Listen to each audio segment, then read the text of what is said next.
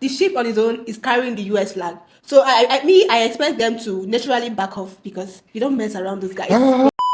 Hi guys, welcome back again. So today we're going to be diving into pirates attack a US cargo ship. I don't know why they always make these mistakes. Like bro, Whenever you see the US flag, just back off. like bro, what the hell? Just quit. Like what are you looking for? Okay? They All don't right. know what was above them. Oh, okay. They were clueless. US Navy. Alright. I guess they say ignorant is not an It excuse. shouldn't be an excuse though. So let's dive right in. More than 600 bullets ripped through the deck of the American cargo ship in less than 3 minutes. 5 pirate boats closed in at 45 knots, each loaded with rocket-propelled grenades and heavy machine guns, firing furiously on a $250 million US-flagged cargo ship as if it were a carnival ride. May 9th, Wait, why do they usually propel an RPG on a cargo ship? Are they not boats? I thought their intention is to board the ship, not to sink the ship. I'm confused. 600 bullets in less than 3 minutes. That's devastating. The effect is going to be. Whoa, this was this year. These guys came prepared. This was this year. Whoa. May 9. Just 2 months ago. 2 months ago. I didn't even hear about this. Okay, I think that's why we're hearing about it. Wow. 2025, off the lawless coast of Somalia, began like this, with 30 Somali gunmen laughing, shooting at stacks of cargo, and even trying to pry open the steel gates with rocket-propelled grenades, certain they would demand ransom and kill. What they didn't see was a U.S. aircraft carrier lurking just 412 nautical miles away, launching drones, Apache helicopters, and 3 Blackhawks carrying nearly 50 elite commandos, determined to turn this pirate victory into a smoking graveyard. So what did the U.S. thermal camera capture over that pirate lair a few hours later? And why did dozens of pirate lairs across East Africa go dark the next day? Stick with us, because when you see how the U.S. responded, you'll understand why no pirates dare point their rifles at American ships anymore. At precisely 7:18 a.m. on May 9th, 2025, the unforgiving waters off Somalia became a stage for raw violence. A swarm of 5 pirate skiffs, carrying at least 30 heavily armed Somali marauders, surged across the choppy waves at 45 knots, engines howling like jackals. Their eyes were fixed on a prize of staggering value, the MV Redwood Star, an American-flagged cargo ship transporting over $250 million in high-tech industrial equipment bound for Southeast Asia. On board the Redwood Star were 23 sailors, mostly Americans and Filipinos, under the command of a seasoned 54-year-old captain from Galveston, Texas.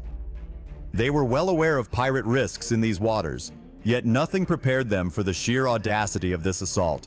The pirates brandishing AK-47s, PK machine guns.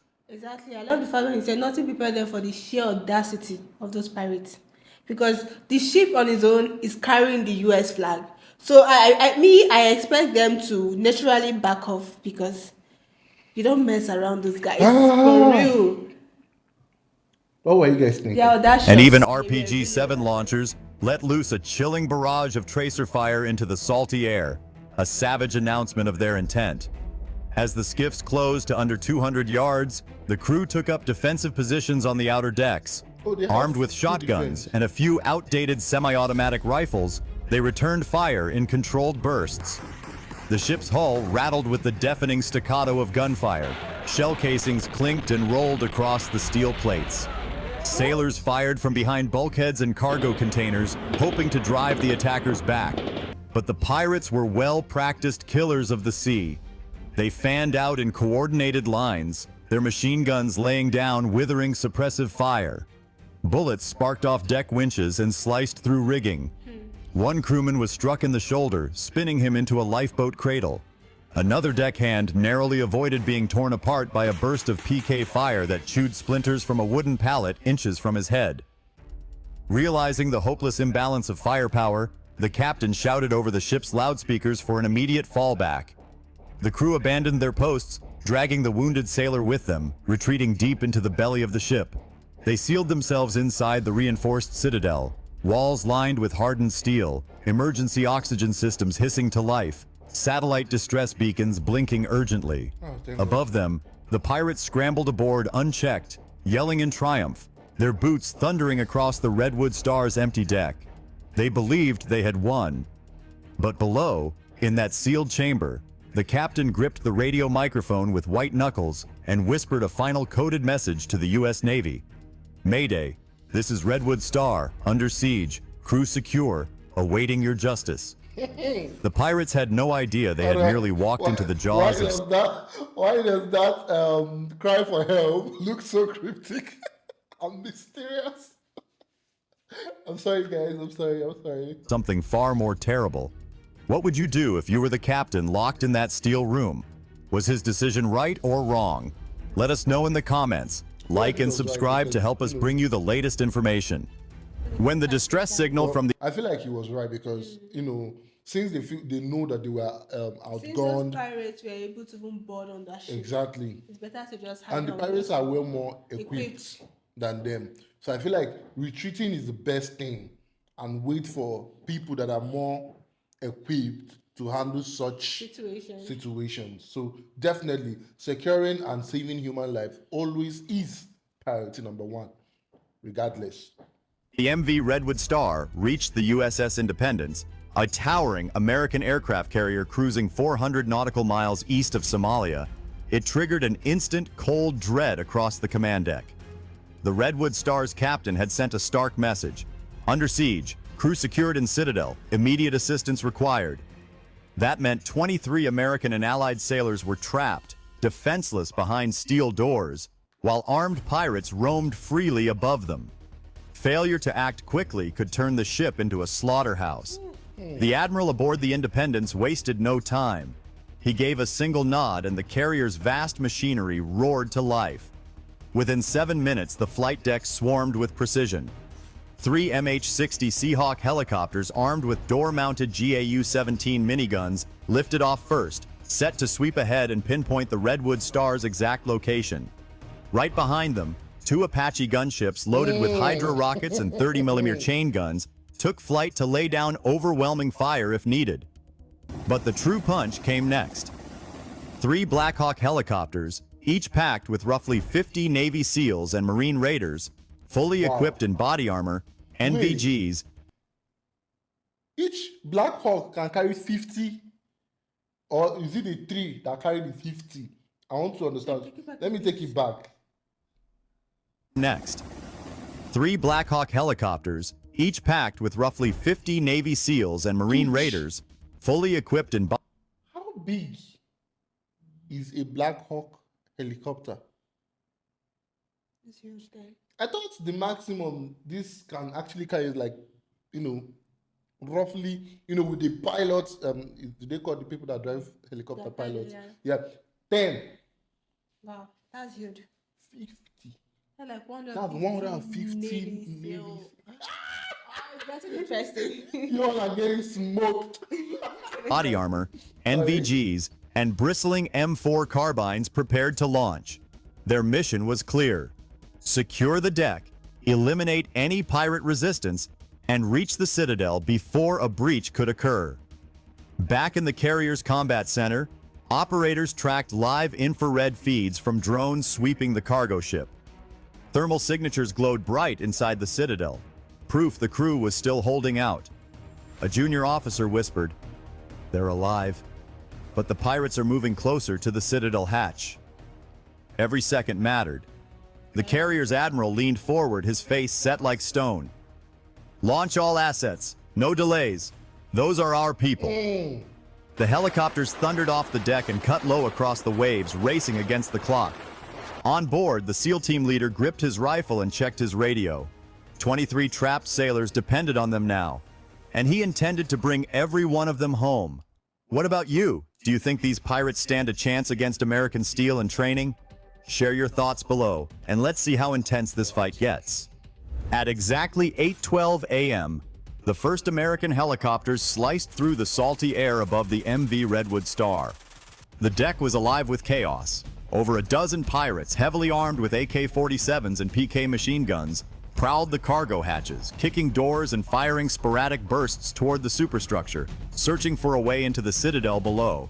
The lead Seahawk swept in fast, its gunners unleashing a terrifying torrent of 7.62mm rounds from twin GAU-17 six-barrel miniguns, spraying over 2,000 rounds in under a minute.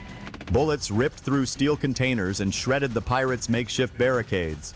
Stunned by the sheer volume of fire, the pirates scattered, some diving behind winches, others flat on the deck clutching their rifles. Seconds later, the Apaches arrived, hovering like silent executioners. One pirate foolish enough to run into the open was cut down instantly by a 30mm chain gun burst, his body thrown backward in a red spray. Another cluster of gunmen tried to rally near the starboard cranes, but a short rocket strike from an Apache obliterated their position, sending twisted steel raining down. Then came the real storm. 3 Black Hawks roared overhead, ropes uncoiled, and nearly 50 Navy SEALs and Marine Raiders slid down in disciplined waves. Within seconds, the Americans formed combat wedges across the deck, rifles scanning, voices shouting tight commands over headsets. The pirates attempted to regroup, firing desperate volleys from behind a bulk stack of crates. But the SEALs responded with chilling precision, controlled double taps, each bullet finding a chest or a head. One pirate, bracing an RPG on a railing, was dropped by 2 shots to the sternum before he could even aim. Another tried to flank the Americans and was met by a hail of M4 fire that ripped him off his feet. Within just 6 minutes, the deck was secure. 8 pirates lay dead, sprawled in widening pools of blood. Another 4 were on their knees, weapons tossed aside, hands trembling atop their heads, eyes darting in terror at the Americans moving toward them with zip-tie cuffs. A SEAL team leader gave a clipped update over the radio. Deck secured, 0 friendly casualties. Preparing to breach and recover crew. It was surgical, ruthless, but above all, it was unmistakably American. Where the pirates had relied on wild volleys and sheer audacity, the U.S. forces brought training, coordination, and overwhelming fire discipline.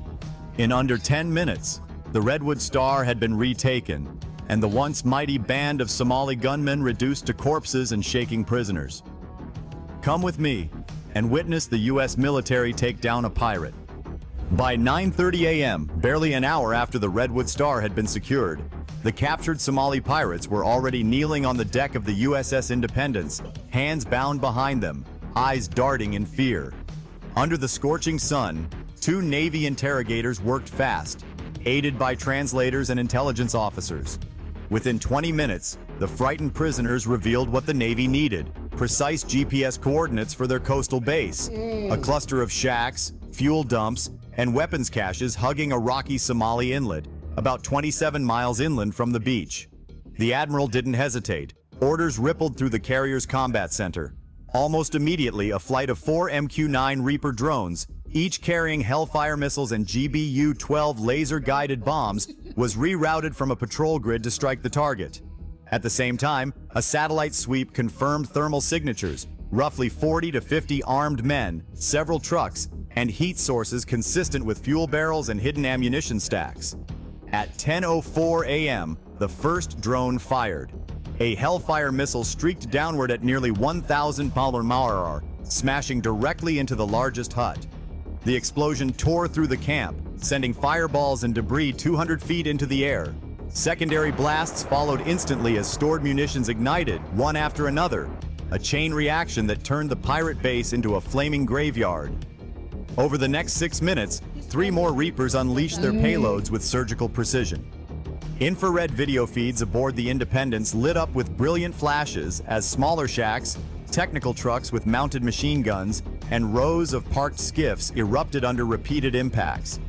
One bomb found a hidden cache of RPGs, setting off a violent detonation that threw burning shards half a mile across the scrubland.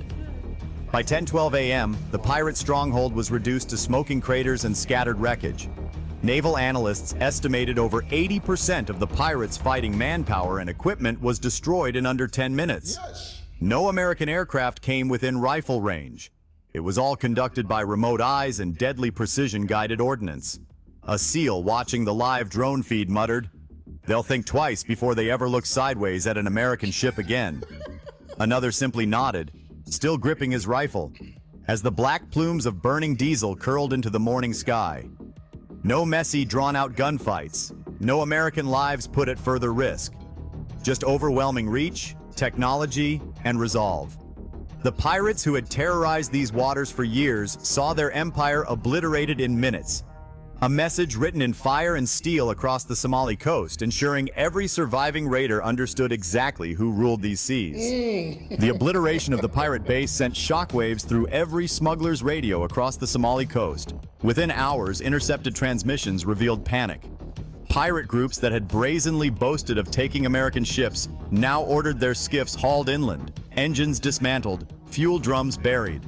They had watched entire compounds, men, and fortunes vanish in under 10 minutes, all without a single U.S. boot ever touching their sand.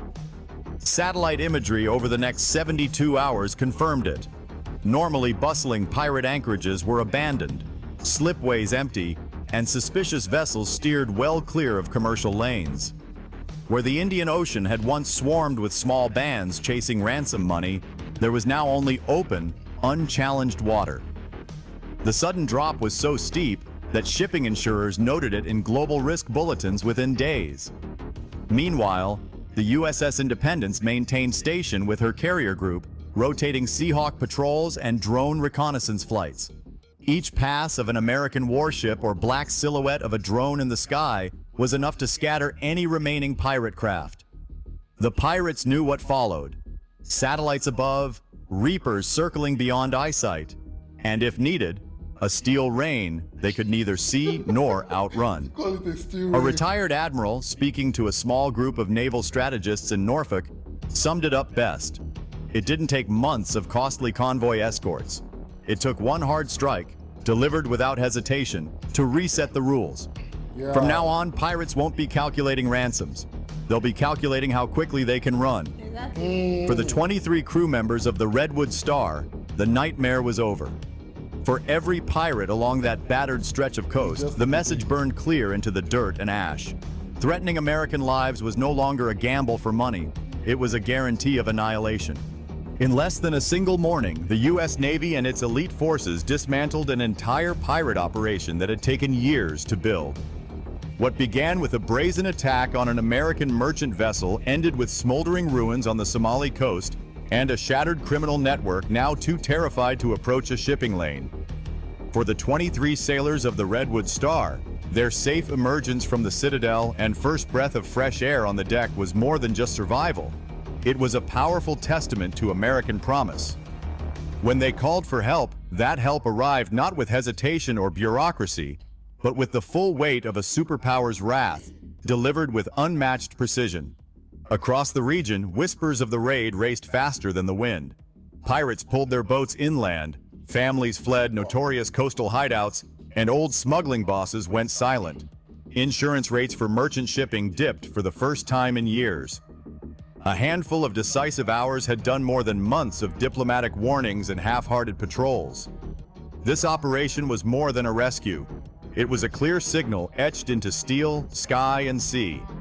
Anyone daring to threaten American lives or cargo would not just face a fight, they'd face annihilation. It's a doctrine as old as the nation's first frigates and still alive today, carried by jets, drones, SEALs, and the unwavering commitment of the U.S. Navy. If you found this story powerful, please like and subscribe. It helps us bring you more untold military operations that history almost forgot. Please do well to like and subscribe. I'm going to be dropping his link in this description video. But first of all, I want to say something. It's also like, it sounded like the pirates were actually winning. They had this crowd because they were already on deck. Yeah, they literally won at first. They were able to successfully chase the shipmen. I don't know what was it, shipmen, sailors inside the steel door. So they literally have won. You understand? I would have made a statement, but I don't want to give them ideas on how to proceed. I don't want to give them idea on how to build their criminal empire. Because how can you wake up on I don't know which day it was, but let me just say on a Monday morning, and you decide you want to mess with the US of A. Like, I feel like that A should stand with annihilation. It's crazy. Their intention was so bad. That Oh, ship was literally carrying goods, goods up to 250 goods. million. Do you understand? Goods, and I like I said in the other video, when you tamper with these routes, right? It is not. It is the common man that faces it, because cost of goods will skyrocket. But that goods was for technological things and Yeah. everything.